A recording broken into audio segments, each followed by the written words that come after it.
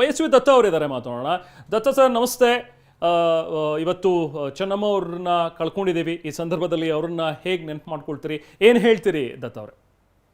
ನನಗೆ ನನ್ನ ಇನ್ನೊಬ್ರು ತಾಯಿ ಕಳ್ಕೊಂಡ ಭಾವನೆ ಇದೆ ನನಗೆ. ಯಾಕೆಂದ್ರೆ ನನ್ನ 50 ವರ್ಷದಿಂದ ನಾನು ದೇವೇಗೌಡರ ಕುಟುಂಬದಲ್ಲಿ, ದೇವೇಗೌಡರ ಪಕ್ಷ ರಾಜಕಾರಣಕ್ಕೆ ಹೊರತಾಗಿ ಒಂದು ರೀತಿಯಲ್ಲಿ ಅವ್ರ ಜೊತೆಯಲ್ಲಿ ಒಡನಾಡಿಯಾಗಿ ಬಂದವನು, ಅವರ ಆಶೀರ್ವಾದ ಕೃಪೆಯಲ್ಲಿ ಬೆಳೆದವನು. ಹಾಗಾಗಿ ದೇವೇಗೌಡರನ್ನ ಮತ್ತು ಅವರ ಹೆಂಡತಿನ ನಾವು ಇಬ್ರು ನಾನು ತಂದೆ ತಾಯಿ ಸ್ಥಾನದಲ್ಲಿ ಇಟ್ಟೆ ಕಂಡ್ಕೊಂಡವನು. ನಮ್ಮ ತಂದೆ ಸತ್ತೋದ್ಮೇಲೆ, ನಮ್ಮ ತಾಯಿ ಸತ್ತೋದ್ಮೇಲೆ ನನ್ನ ಭಾಗಕ್ಕೆ ಒಂದು ರೀತಿ ಒಳಗಡೆ ನಾನು ಚೆನ್ನಮ್ಮನವ್ರನ್ನೇ ನಾನು ನಮ್ಮ ತಾಯಿ ಅಂತ ಭಾವಿಸ್ತವನು. ಅವರು ಕೂಡ ಅಷ್ಟೇನೆ, ನಮ್ಮ ಹೆಣ್ಮಕ್ಳು, ನನ್ನ ಅಕ್ಕಂಗಿರು, ನನ್ನ ಮಕ್ಕಳು, ನನ್ನ ಮಗಳು, ನನ್ನ ಮಳಿಯ ಎಲ್ಲರೂ ಕೂಡ ಅಷ್ಟೇ ಪ್ರೀತಿಯಿಂದ ಕರೆದು ಉಪಚರಿಸೋರು, ಕುಂಕುಮ ಕೊಡೋದು, ನಮ್ಮ ಮನೆ ಕಾರ್ಯಕ್ರಮಗಳಿಗೆ ಬರೋದು, ದುಃಖ ಇರಲಿ, ಮಂಗಲಕರವಾದ ಕಾರ್ಯಕ್ರಮಗಳಿರಲಿ, ದತ್ತನ ಮನೆ ಅಂತ ಬರೋರು. ಹಾಗಾಗಿ ನನ್ನ ಅವರ ಒಡನಾಟ ಅದು ಹೇಳ್ಕೊಳಕ್ಕಾಗಲ್ಲ, ಅಷ್ಟು ಆತ್ಮೀಯವಾದ್ದು. ನಾನು ಇವತ್ತು ಮಧ್ಯಾಹ್ನ ತಾನೇ ಒಂದು 3/4 ಗಂಟೆ ದೇವೇಗೌಡರ ಜೊತೆ 1/2-3/4 ಗಂಟೆ ಮಾತಾಡ್ಕೊಂಡು ಬಂದೆ. ಇಬ್ರು ಕೂಡ ಹಳೆ ಇದನ್ನೆಲ್ಲ ಜ್ಞಾಪಿಸ್ಕೋತಾ ಇದ್ವಿ. ತುಂಬಾ ನೋವಾಯ್ತು. ಗೌಡ್ರಿಗೆ ಎಲ್ಲೋ ಒಂದ್ ಕಡೆ ಸಂಜೆ ಹೊತ್ತಿಗೆ ಸ್ವಲ್ಪ ಚೇತರಿಕೆ ಕಾಣಬಹುದು ಕಣೋ ಅಂತಿದ್ರು. ದುರಂತ ಬಹಳ ಇದೆ. ದತ್ತ ಸರ್, ನೀವು ಲಾಸ್ಟ್ ಟೈಮ್ ಈಗ ಚೆನ್ನಮ್ಮ ಅವ್ರ ಜೊತೆಗೆ ಮಾತಾಡಿದ್ದು, ಈಗ ಈ ಹಾಸ್ಪಿಟಲೈಸ್ಡ್ ಆಗಿದ್ದ ಮುಂಚೆ ಅವ್ರು ಹೇಗಿದ್ರು, ಏನಾದರೂ ಆರೋಗ್ಯ ಸಮಸ್ಯೆ ಏನಾದರೂ ಕಾಣ್ತಿತ್ತಾ ನೀವು ನೋಡಿದ ಹಾಗೆ ಸರ್? ಇಲ್ಲ, ಅವರು ಯಾವತ್ತು ಮಾಮೂಲಿ ಇರುವ ಹಾಗೆ ವಯೋಸಹಜವಾದಂತ ಜೊತೆ ಹೊತ್ತು ಅವರು ಈಗ ಇಷ್ಟು ಬೇಗ ಈ ತರ ಆಗತ್ತೆ ಅಂತ ಈಗ ನಾನು ಹೆಚ್ಚು ಕಮ್ಮಿ 15-20 ದಿನದ ಕೆಳಗೆ ಅವರು ಗೌಡ್ರು ಒಟ್ಟಿಗೆ ಊಟ ಮಾಡ್ತಿದ್ದಾಗ ನಾವು ಹೋಗಿ ಮಾತಾಡ್ಸ್ಕೊಂಡು ಬಂದಿದ್ದೆ. ಆ ಥರದ್ದೇನು ಏನು ನನಗೆ ಅದ್ರ ಕಲ್ಪನೆ ಇರ್ತಿಲ್ಲ. ಮಾಮೂಲಿ ವಯೋಸಹಜ, ಸ್ವಲ್ಪ ಆರೋಗ್ಯ ಹೆಚ್ಚು ಕಮ್ಮಿ, ಆದ್ರೆ ಇಷ್ಟೊಂದು ಬೇಗ ಬಿಗಡಾಯಿಸುತ್ತೆ ಅನ್ನೋ ಕಲ್ಪನೆ ನಮ್ಗೆ ಯಾರಿಗೂ ಇತ್ತಿಲ್ಲ. ಓಕೆ ದತ್ತ ಸರ್, ಆ ಘಟನೆ ಆದಾಗ ನೀವು ಅವ್ರ ಜೊತೆಲೇ ಇದ್ರಿ ಅಂತ ಅನ್ಸುತ್ತೆ, ಅಂದ್ರೆ ಅವ್ರ ಒಡನಾಟದಲ್ಲಿ ಇದ್ರಿ. ಈಗ 25 ವರ್ಷದಿಂದ ಆಸಿಡ್ ಅಟ್ಯಾಕ್ ಎಲ್ಲ ಆದಾಗ, ಸೊ ಆ ಟೈಮಲ್ಲಿ ಅವ್ರು ಸರ್ವೈವ್ ಆಗಿದ್ದ ರೀತಿ ಇದೆಯಲ್ಲ, ಆ ಟೈಮ್ನಲ್ಲೇ ಬಹುಶಃ ಸ್ವಲ್ಪ ವೀಕ್ ಆದ್ರು ಅಂತ ಹೇಳಿ ಅನ್ಕೊಂಡಿದ್ರು. ದತ್ತ ಸರ್, ಅದನ್ನ ನೆನ್ಪು ಮಾಡ್ಕೋಬೋದಾ? ಅಯ್ಯೋ ಖಂಡಿತ. ಅದು ಮುಸ್ಸಂಜೆ ಹೊತ್ತಲ್ಲಿ ಅವರು ಶಿವರಾತ್ರಿ ದಿನ, ಅಲ್ಲಿ ಶಿವರಾತ್ರಿ ಅಂತಂದ್ರೆ ದೇವೇಗೌಡರ ಕುಟುಂಬದಲ್ಲಿ ದೇವೇಗೌಡರ ಹೆಂಡತಿಗೆ ಬಹಳ ಪ್ರಶಸ್ತವಾದ ದಿನ. ಶಿವರಾತ್ರಿ ಹಬ್ಬ ಅಂದ್ರೆ ಅವರು ಇಬ್ರು ಕೂಡ ಹೋಗ್ಲೇಬೇಕು. ಅಲ್ಲಿ ತಮ್ಮ ಸ್ವಂತ ಊರಿನ ಒಳಗಡೆನಲ್ಲಿ ಅವರ ಮನೆದೇವರು ಈಶ್ವರ, ಶಿವನ ಆರಾಧಕರು. ಅವರ ಕುಟುಂಬ ಎಲ್ಲ ದೇವೇಗೌಡರ ಮನೆದೇವರು ಶಿವನೇ. ಹಾಗಾಗಿ ಆ ಶಿವರಾತ್ರಿ ದಿನ ಅಲ್ಲಿ ಹೋಗ್ಲೇಬೇಕು. ಎಷ್ಟೋ ಸಲ ಶಿವರಾತ್ರಿ ಹಬ್ಬಕ್ಕೆ ನನಗೆ ಒಬ್ರು ಹರಿಕತೆ ದಾಸರು ಕಳಿಸೋ, ರಾತ್ರಿ ಎಲ್ಲ ಜಾಗರಣೆ ನಮಗೆ ಅಲ್ಲಿ ಬೇಕು ಅಂತ ಹೇಳಿ ನನಗೆ ಹೇಳಿ ಬೆಂಗಳೂರಿಂದ ನಾನು ಎಷ್ಟೋ ಸಲ ಹರಿಕತೆ ದಾಸನ್ ಕಳಿಸ್ತಾ ಇದ್ದೆ. ಅಷ್ಟರ ಮಟ್ಟಿಗೆ ಅದನ್ನ ಭಯ, ಭಕ್ತಿ, ಪೂಜೆ, ಪುರಸ್ಕಾರ, ಉಪವಾಸ, ಜಾಗರಣೆ ಮಾಡುವಂತ ಪದ್ಧತಿ ಗಂಡ ಹೆಂಡ್ತಿದ್ರು.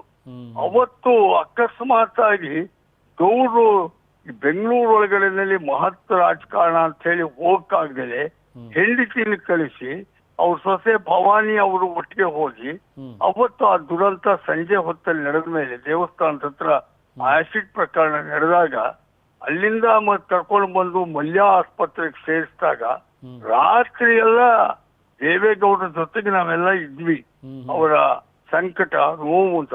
ಆದ್ರೆ ಚೆನ್ನಮ್ಮನವರು ಧೈರ್ಯವಾಗಿ ಅಷ್ಟೆಲ್ಲ ಆಗಿದ್ರೂ ಅದನ್ನ ಹೇಗೆ ಮೆಟ್ಟಿ ನಿಂತರು, ಸಾವನ್ನ ಗೆದ್ದಂತ ಒಂಥರ ಪತಿವ್ರತೆ ಸಾವಿತ್ರಿ ಅನ್ನೋ ತರ. ಅದಕ್ಕೆ ಬಹುಶಃ ನಿನ್ನೆ ಕುಮಾರಸ್ವಾಮಿ ಹೇಳಿದ ಮಾತು ನಂಗೆ ಜ್ಞಾಪಕ ಬಂತು.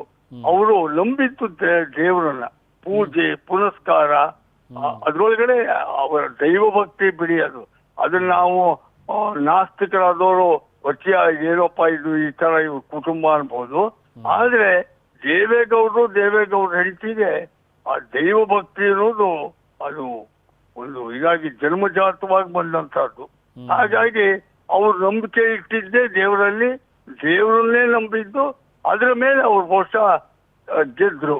ಆಮೇಲೆ ಪೊಲೀಸ್ ಕೇಸು ಮಣ್ಣು ಮಸಿ ಎಲ್ಲ ಆಗಿ ಅದ್ರೊಳಗಡೆನಲ್ಲಿ ಅವರ ತಮ್ಮನ ಮಗ ಮತ್ತೊಂದಾಗ ಅವ್ರನ್ನೆಲ್ಲಾರು ಕ್ಷಮಿಸುವಷ್ಟು ಔದಾರ್ಯ ತೋರಿದವರು ಆ ಹೆಣ್ಮಗಳೇ. ನಿಜ. ಅಂಡ್ ಅತೀವ ದೈವ ಭಕ್ತರು ದತ್ತ ಸರ್, ಯಾಕಂದ್ರೆ ಸುಮಾರು ಒಂದು 4-5 ಗಂಟೆಗಳ ಕಾಲ ಮನೆ ಒಂದು ದೇವ್ರ ನೀವು ನಾನು ನೋಡಿದ್ದೀನಿ ಅವ್ರ ಮನೆಯಲ್ಲಿ ಹಬ್ಬ ಹರಿದಿನಗಳಾದ್ರೆ ಉಪವಾಸ ಇದ್ದು ಪೂಜೆ ಮಾಡುವಷ್ಟು.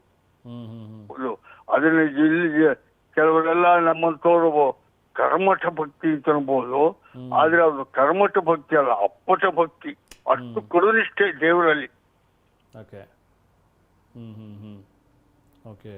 ಹಾಗೆ ನಿಮ್ಮನ್ನು ಕೂಡ ಒಬ್ಬ ಮಗನ ರೀತಿಯಲ್ಲೇ ಬಹುಶಃ ಕಾಣ್ತಾ ಇದ್ರು, ಪ್ರೀತಿ ತೋರಿಸ್ತಾ ಇದ್ರು. ನಾನು ಹೇಳಿದ್ನಲ್ಲ, ನಂದು ದೇವೇಗೌಡರದ್ದು ರಾಜಕೀಯಕ್ಕೆ ಹೊರತಾಗಿರೋ ಸಂಬಂಧ. ನಮ್ದೆಲ್ಲೋ ನಾವಿಬ್ಬರು ಒಂಥರ ರಾಜಕೀಯದ ಒಳಗಡೆ ನಮ್ಮ ಸಂಬಂಧಗಳೇ ವಿಶೇಷವಾಗಿರೋದು. ನಾನು 20 ವರ್ಷದ ಹುಡುಗ ಆದಾಗ ದೇವೇಗೌಡರು ಗರಡಿಗೆ ಬಂದವನು, ಹಳ್ಳಿ ಹುಡುಗ. ನಮಗೆ ಒಬ್ಬ ಹಳ್ಳಿಯ ಸಂಸ್ಕಾರ ಇರುವಂತ ನಾಯಕ, ಹಳ್ಳಿಗೆ ಹುಡುಗರುಗಳನ್ನ ಇಷ್ಟಪಡುವಂತ ನಾಯಕ ಅಂದ್ರೆ ದೇವೇಗೌಡರು ಅಂತೇಳಿ ವಿರೋಧ ಪಕ್ಷದ ನಾಯಕರಾದಾಗ ನಾವು ಅವ್ರನ್ನ ಮೆಚ್ಚಿಕೊಂಡು ಅವ್ರ ಗರಡಿಗೆ ಬಂದವನು. ನನಗೀಗ 73 ವರ್ಷ. ಹಾಗಾಗಿ ಈ 53 ವರ್ಷಗಳ ಇದ್ರೊಳಗಡೆಯಲ್ಲಿ ದೇವೇಗೌಡರನ್ನ ಎಷ್ಟು ಹತ್ರದಿಂದ ಬಲ್ಲೋ ಅವರ ಚೆನ್ನಮ್ಮನವ್ರೂ ಅಷ್ಟೇ ಬಲ್ಲೆ. ಅವ್ರ ಕೈನಲ್ಲಿ ತುತ್ತು ಅನ್ನ ತಿಂದಿರೋ ನಾನು, ಅನ್ನ ಹಾಕಿಸ್ಕೊಂಡು ಒರೆಸ್ಕೊಂಡು ಊಟ ಮಾಡಿರೋನು. ಹಾಗಾಗಿ ಆ ಆತ್ಮೀಯತೆ, ಆ ಗುಣ, ಆ ಅತಿಥಿ ಸತ್ಕಾರ, ಆದರೋಪಚಾರ, ಹಳ್ಳಿಯವ್ರನ್ನ ಬಂದ್ರೆ ಅವ್ರು ಕಾಣ್ತಿದ್ದ ರೀತಿ, ಕಾರ್ಯಕರ್ತರು, ಪಕ್ಷದವರು, ಅವರ ಹೊಳೆ ನರಸೀಪುರ ವಿಧಾನಸಭಾ ಕ್ಷೇತ್ರದ ಒಂದು ಕುಗ್ರಾಮದ ಒಬ್ಬ ಸಣ್ಣ ಕಾರ್ಯಕರ್ತ ಬಂದಿದ್ದಾನೆ ಅಂದ್ರು ಊಟ ಐತೆ, ಕೂತ್ಕೋ, ಊಟ ಮಾಡ್ಕೊಂಡು ಹೋಗು ಅಂತೇಳಿ ಡೈನಿಂಗ್ ಟೇಬಲ್ ಮೇಲೆ ಕೂರಿಸಿ, ಆ ಮುಖ್ಯಮಂತ್ರಿ ಹೆಂಡತಿಯನ್ನು ಹಮ್ಮಿಲ್ಲ, ಪ್ರಧಾನಮಂತ್ರಿ ಹೆಂಡತಿಯನ್ನು ಬಿಮ್ಮಿಲ್ಲ, ಆ ರೀತಿ ನಡ್ಕೋತಿದ್ದಂತವ್ರಿ. ನನಗೆ ಹೇಳಕ್ಕಾಗಲ್ಲ, ಅಷ್ಟು ಮನಸ್ಸಿನಲ್ಲಿ ನೋವಿದೆ. ನಿಜ ನಿಜ ಸರ್, ನಿಜ ಸರ್. ಅದೆಲ್ಲ ನಾನು ಕಣ್ಣಾರೆ ಕಂಡು ನೋಡಿದವನು, ಅನುಭವಿಸ್ತವನು ನಾನು. ನಿಜ ನಿಜ ಸರ್. ನೀವು ಹೇಳ್ದಂಗೆ ಆ ಹಮ್ಮು ಬಿಮ್ಮು ಅನ್ನುವಂಥದ್ದು ಎಲ್ಲೂ ಕೂಡ ಕಂಡು ಬರೋದಿಲ್ಲ ಚೆನ್ನಮ್ಮ ಅವ್ರ ಹತ್ರ. ಬಹುಶಃ ಸಾರ್ವಜನಿಕ ಜೀವನದಲ್ಲಿ ಕಾಣಿಸ್ಕೊಂಡಿದ್ದೆ ಅವ್ರು ತೀರಾ ಕಮ್ಮಿ. ಬಿ ಎಲ್ ಶಂಕರ್ ಅವ್ರು ಹೇಳ್ತಾ ಇದ್ರು, ಬಹುಶಃ ಅವರೇನು ವಿಧಾನಸೌಧದ ಒಳಗಡೆನೂ ಒಂದ್ಸತಿನೂ ಹೋಗಿದಾರೋ ಇಲ್ವೋ, ನನಗಂತೂ ಆಶ್ಚರ್ಯಪ್ಪ ಅಂತ ಹೇಳಿ. ಇಲ್ಲ ಅವರು ಈಗ ಒಂದು ತಮ್ಮ ನೋಡಿ, ಅವರು ದೇವೇಗೌಡರು ಮುಖ್ಯಮಂತ್ರಿ ಆದ್ರಲ್ಲ, ಆ ಪ್ರಮಾಣ ವಚನ ಸ್ವೀಕಾರ ಸಮಾರಂಭಕ್ಕೆ ಅವ್ರು ಹೆಂಡತಿ ಹೋಗಕ್ಕೆ ಆಗ್ಲಿಲ್ಲ. ಗಂಡ ಮುಖ್ಯಮಂತ್ರಿ ಪ್ರಮಾಣ ವಚನ ಸ್ವೀಕಾರ ಮಾಡೋದನ್ನ ಕಣ್ತುಂಬ್ಕೊಳಕ್ಕೆ ಅವ್ರು ಹೋಗಕ್ಕೆ ಆಗ್ಲಿಲ್ಲ. ಪ್ರಧಾನಮಂತ್ರಿ ಆಗೋದು ಇಷ್ಟ ಇತ್ತಿಲ್ಲ, ತನ್ನ ಗಂಡ ಪ್ರಧಾನಮಂತ್ರಿ ಆಗೋದು ಇಷ್ಟ ಇತ್ತಿಲ್ಲ ಆಕೆಗೆ. ಆದ್ರೆ ಪ್ರಧಾನಮಂತ್ರಿ ಪ್ರಮಾಣ ವಚನ ಸ್ವೀಕಾರ ಮಾಡ್ಬೇಕಾದ್ರೆ ಸೋನಿಯಾ ಗಾಂಧಿ ಪಕ್ಕ ಕೂತ್ಕೊಂಡು ನೋಡಿದ್ರು.